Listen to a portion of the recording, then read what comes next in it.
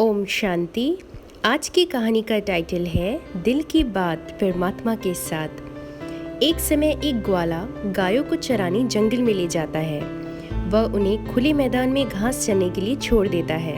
स्वयं वो लड़का अच्छी सी जगह देख के बैठ जाता है। सारा दिन अकेले में भगवान से बातें करता रहता है।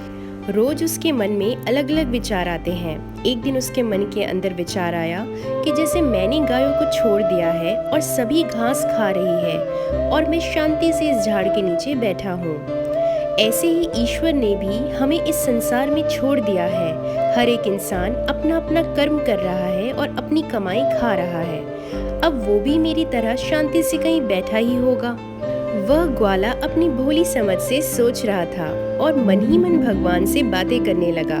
हे भगवान, आप भी कहाँ अकेले बैठे होंगे? मैं भी यहाँ अकेला ही बैठा हूँ। मुझे तो पता नहीं कि आप कहाँ हो, लेकिन आपको तो पता है ना कि मैं यहाँ हूँ। क्यों ना थोड़ी देर के लिए आप यहाँ आ जाते, हम साथ बैठेंगे, कुछ बातें करेंगे, गपशप करेंगे, टाइम पास करेंगे। वह अकेला अकेला यह सब बड़बड़ा रहा था। उसी समय वहां से एक पंडित जी गुजर रहे थे। पंडित जी ने देखा ये लड़का अकेले अकेले कुछ बड़बड़ा रहा है, तो पूछा, ए लड़के, किससे बातें कर रहे हो? लड़के ने कहा, किसी से नहीं। पंडित जी ने कहा, अरे मैंने खुद देखा है तुझे बड़बड़ाते हुए। तब उस लड़के ने कहा, किसी से नहीं, मैं तो सिर्फ भगवान से बातें कर रहा था। पंडित जी ने कहा, भगवान से बातें कर रहा था? क्या बातें कर रहा था, हम भी तो सुने।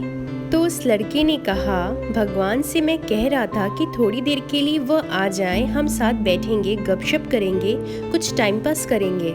पंडित जी को उस लड़के पे बड़ा गुस्सा आया और कहने लगे कि भगवान कोई टाइम पास करने के लिए है क्या? तुम जानते भी हो कि भगवान कौन है और यह कोई तरीका है उनसे बात करने का? उस लड़के ने कहा, पंडित जी, मुझे तो ऐसे ही आता है, मैं तो रोज ऐसे ही बातें करता हूँ उनसे। तो पंडित जी ने कहा, ऐसी बातें नहीं करते, पाप लगेगा। तब उस लड़के ने बड़ी विनम्रता से पंडित जी को कहा कि फिर कैसे बात करनी चाहिए, आप मुझे सिखा दो, क्योंकि जंगल में सारा दिन मैं अकेला होता हूँ और अकेले में समय बीतता नहीं है। पंडित जी ने कहा, ठीक है, बैठो, मैं तुमको सिखाता हूँ। और संस्कृत का एक श्लोक उस लड़के को याद कराना आरंभ कर दिया। उस बालक को संस्कृत ही नहीं आती थी। उस श्लोक का एक एक शब्द याद कराते कराते, रटाते रटाते 2 घंटे लग गए। उस लड़के का दिमाग तेज था, इसलिए उसने श्लोक को रट लिया। पंडित जी ने कहा, रोज ऐसे ही याद करना, यह तरीका है भगवान को याद करने का। लड़की ने कहा, पंडित जी, अब बिल्कुल चूक नहीं होगी, ऐसे ही रोज मैं याद करूंगा। पंडित जी वहां से चल पड़े और मंदिर पहुंचकर भगवान को बोले, हे प्रभु, आज मैंने कितना अच्छा काम किया है। एक बच्चे को आपके साथ बात करने का तरीका सिखा के आया हूँ। इतने में एक आकाशवाणी हुई कि तुमने जो किया वो ठीक नहीं किया। पंडित जी ने कहा, ठीक नहीं किया? क्यों प्रभु?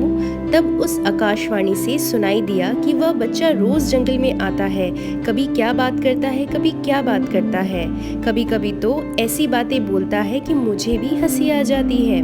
मैं रोज उसका इंतजार करता था कि आज वह आकर मुझसे क्या बातें करेगा। वह बच्चा मुझे खुश कर देता है, लेकिन आज से तूने उसे जो रटा के आया है वही रटी रटाई बातें बोलता रहेगा, जिसका मतलब वह खुद भी नहीं जानता है।